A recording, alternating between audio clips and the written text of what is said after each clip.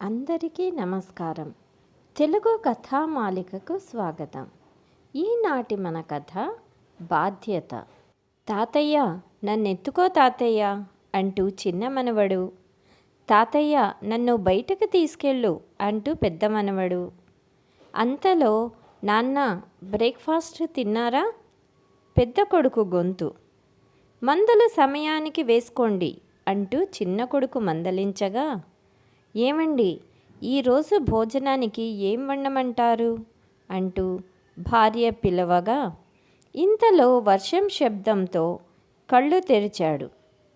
ఎదురుగా చినుకులు తప్ప ఎవరూ లేరు. అంతా శూన్యం.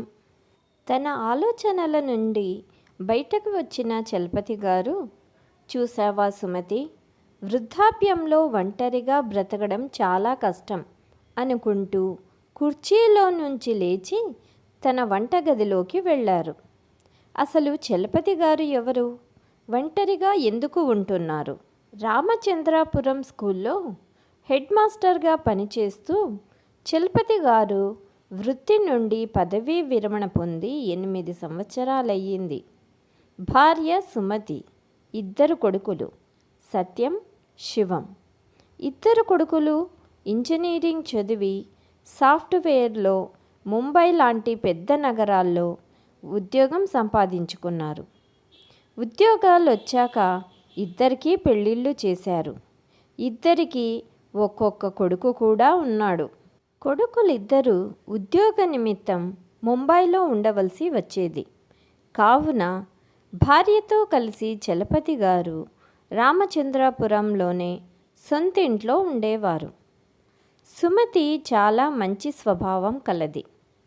భార్యను పువ్వుల్లో పెట్టుకుని చూసుకునేవారు భర్త చలపతి గారు. సుమతి అనారోగ్యం కారణంగా ఇంట్లో ప్రతి పని చేయడానికి పనివాళ్ళు ఉండేవారు. కొడుకులంటే తల్లికి పంచప్రాణాలు. పెద్ద పండగలకు ఫోన్ చేసి కోడళ్ళు, పిల్లలను తీసుకురండి అనేది. తల్లి అంటే కొడుకులు ప్రేమగానే ఉండేవారు.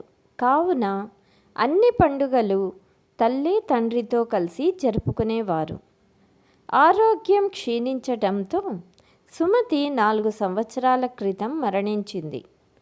భార్య జ్ఞాపకాలతో చలపతి గారు తన సొంత ఇంట్లోనే ఉండేవారు.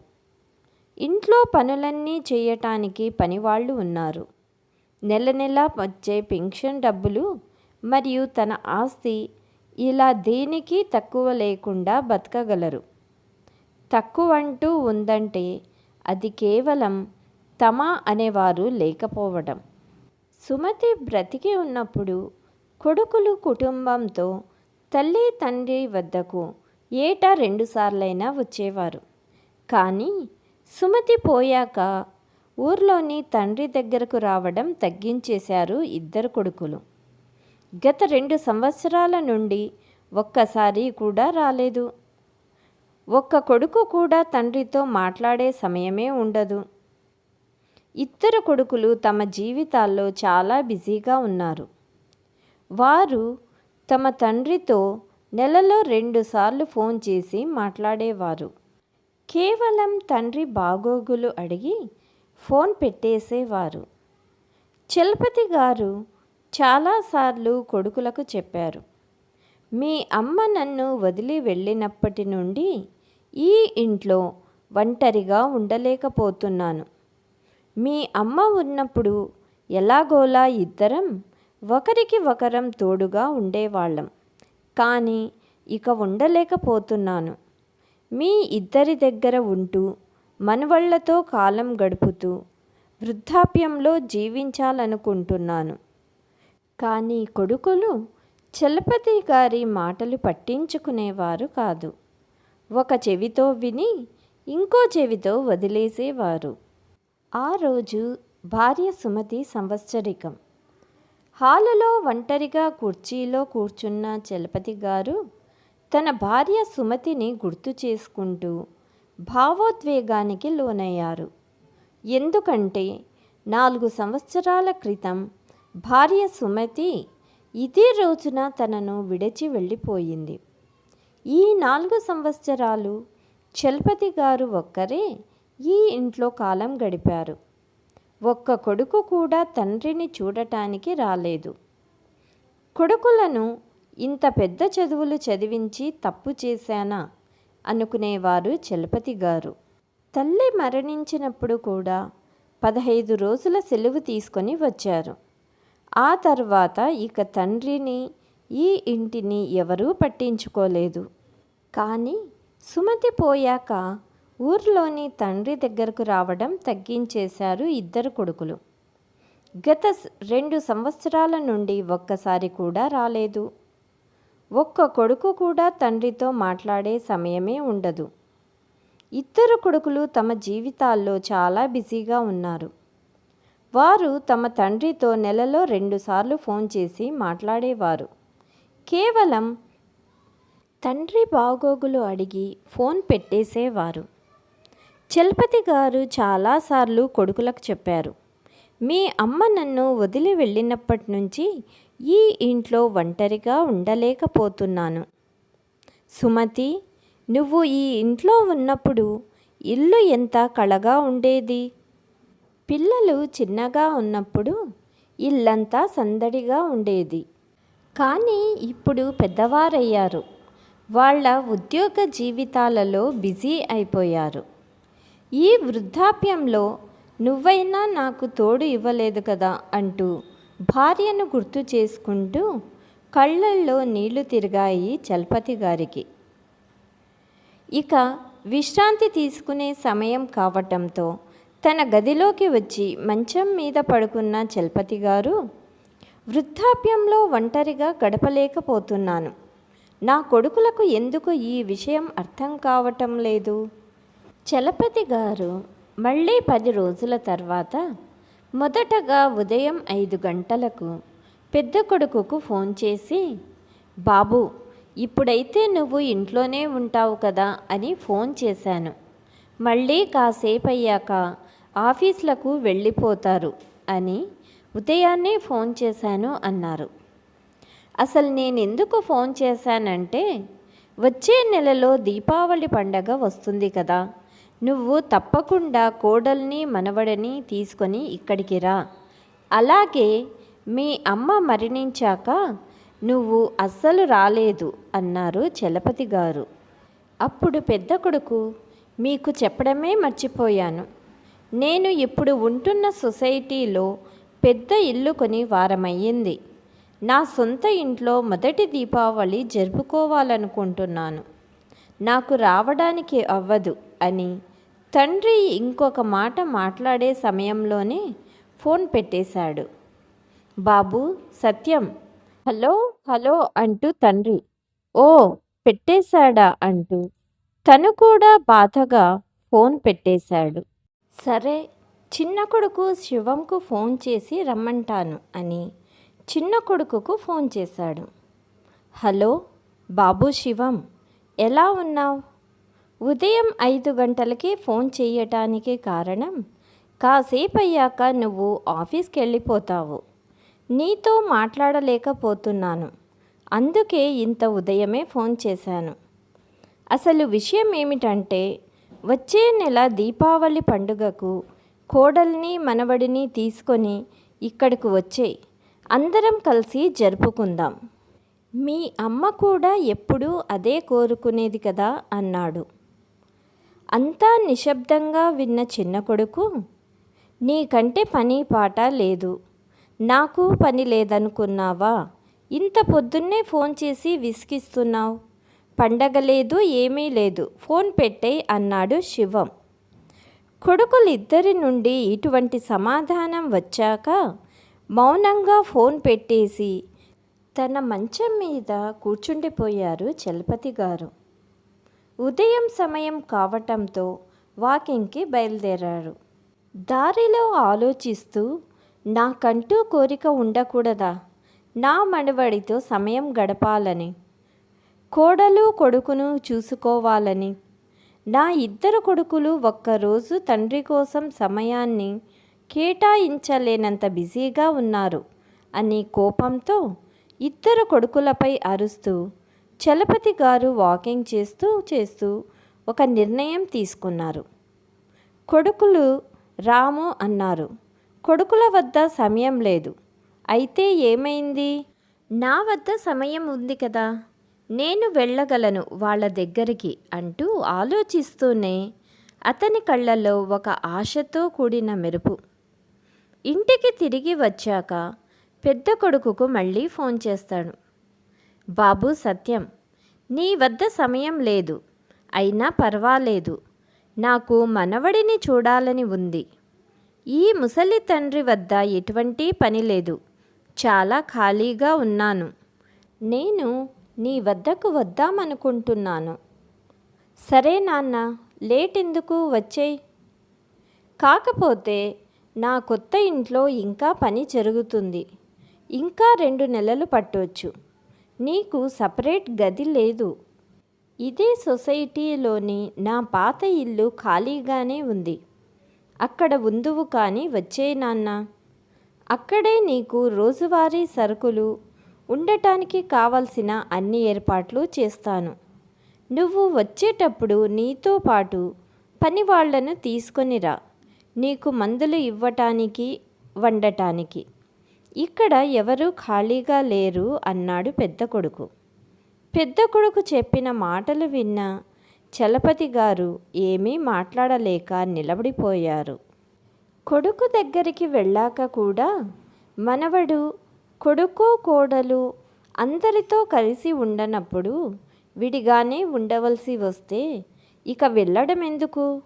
ఇక్కడ సుమతి జ్ఞాపకాలతో కాలం గడపడమే నయం కదా అనుకుంటూ శివం ఉదయం తండ్రి మీద గట్టిగా అరవడం, సత్యం తండ్రితో ఇలా మాట్లాడటంతో చలపతి గారికి 2 కొడుకులపై చాలా కోపం వచ్చింది. ఈసారి అతని కోపం అంత తొందరగా తగ్గేట్టు లేదు. చలపతి గారు కొడుకులకు ఎలాగైనా బుద్ధి చెప్పాలని, వారి తప్పేంటో తెలియచేయాలని నిర్ణయించుకున్నారు. ఇంత పెద్ద చదువులు చదివించి వాళ్ళ కాళ్ళ మీద వాళ్లను నిలబడేట్టు చేసింది తండ్రిని ఇలా తీసి పారేయడానికేనా? వృద్ధాప్యంలో తండ్రి కొడుకుల వద్దకే కదా చేరాలి. తండ్రిని చూసుకోవడం కొడుకుల బాధ్యత కాదా? ఇలా ఎన్నో ప్రశ్నలు చలపతి గారి చుట్టూ తిరుగుతున్నాయి. తల్లి మరణించాక 4 సంవత్సరాల నుండి ఒక్క కొడుకు నన్ను కలవటానికి రాలేదు. తల్లి తండ్రులు వారి బాధ్యతలను సక్రమంగా నిర్వర్తించి వారికి వృద్ధిలోకి తీసుకువస్తారు. కానీ పిల్లలు కూడా వారి బాధ్యతను నిర్వర్తించే సమయంలో మేము బిజీగా ఉన్నాము అని ఒక సాకుతో తల్లి తండ్రిని పట్టించుకోరు. చలపతి గారు పిల్లలకు బుద్ధి చెప్పాలని చేసిన పని ఉభయ గోదావరి జిల్లాల్లో ప్రతి చోట చర్చనీయాంశమైనది. ఎందుకంటే చలపతి గారు కొడుకులు 2 మీద కోర్టులో కేసు వేశారు. ఈ న్యూస్ విన్న ప్రతి ఒక్కరూ ఆశ్చర్యపోయారు. అసలు తండ్రి కొడుకుల మధ్య అంత గొడవలు ఏమి జరిగాయని చలపతి గారు కేసు వేశారు అనుకున్నారు అందరూ. కోర్టుకు హాజరయ్యే రోజు రానే వచ్చింది. 2 కొడుకులు తండ్రిని కోర్టు బయట చూసి, ఎంత పని చేశావు నాన్న, 2 కోర్టుకు లాగావు, మా పరువేమి కావాలి, డబ్బు కావాలంటే అడిగితే పడేస్తాం కదా అన్నారు. ముగ్గురు జడ్జి ముందు హాజరయ్యారు. ఈ కేసు చదివి జడ్జి గారు కూడా ఆశ్చర్యపోయారు. జడ్జి గారు చలపతి గారిని అడిగారు, మీరు కొడుకుల మీద అసలు ఈ కేసు వేయడానికి కారణం ఏమిటి?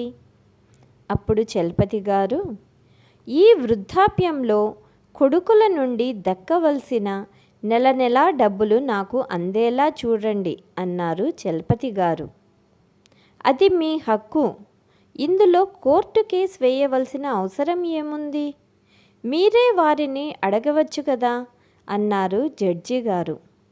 జడ్జి గారు, నా వద్ద డబ్బుకు కొదవలేదు, కానీ నెల 10,000 కొడుకుల నుండి అందేలా చూడండి అన్నారు చలపతి గారు. అంత డబ్బు ఉండి కూడా కొడుకుల మీద ఆధారపడటం ఎందుకు అన్నారు జడ్జి గారు. సార్, నా కొడుకులను కోర్టు బోన్లో ప్రవేశపెట్టండి, మీకే అంతా తెలుస్తుంది అన్నారు చలపతి గారు. కోర్టు బోన్ లోపలికి వచ్చిన 2 కొడుకులను చూసి జడ్జి గారు, మీ నాన్న మీ నుంచి ప్రతి నెలా తనకు ఖర్చులకు కావాల్సిన డబ్బును పొందాలనుకుంటున్నారు అన్నారు. 2 కొడుకులు తండ్రి వైపు చూస్తూ, జడ్జి గారు, సరే మేము ఒప్పుకుంటున్నాం, నాన్నగారు కోరిన విధంగా డబ్బు ఇస్తాము. ఇంతలో చలపతి గారు ఇంటికి వచ్చి నా చేతికి డబ్బు ఇవ్వమని చెప్పండి సార్ అన్నారు. అప్పుడు కొడుకులిద్దరూ, జడ్జి గారు, మా వద్ద అంత సమయం ఉండదు కాబట్టి ఆన్లైన్లో పంపిస్తాం అన్నారు. అప్పుడు చలపతి గారు, జడ్జి గారు, నేను నా భార్య పేరు మీద సహాయ కార్యక్రమాలు చేయాలనుకుంటున్నాను. దానికోసం ఒక సొసైటీ ఏర్పాటు చేశాను. దానికోసం నా కొడుకులిద్దరూ కాంట్రిబ్యూట్ చేయడం వాళ్ళ బాధ్యత. దానికి సంబంధించి నేను ఒక ఫండ్ బాక్స్ ఇంట్లో పెట్టాను.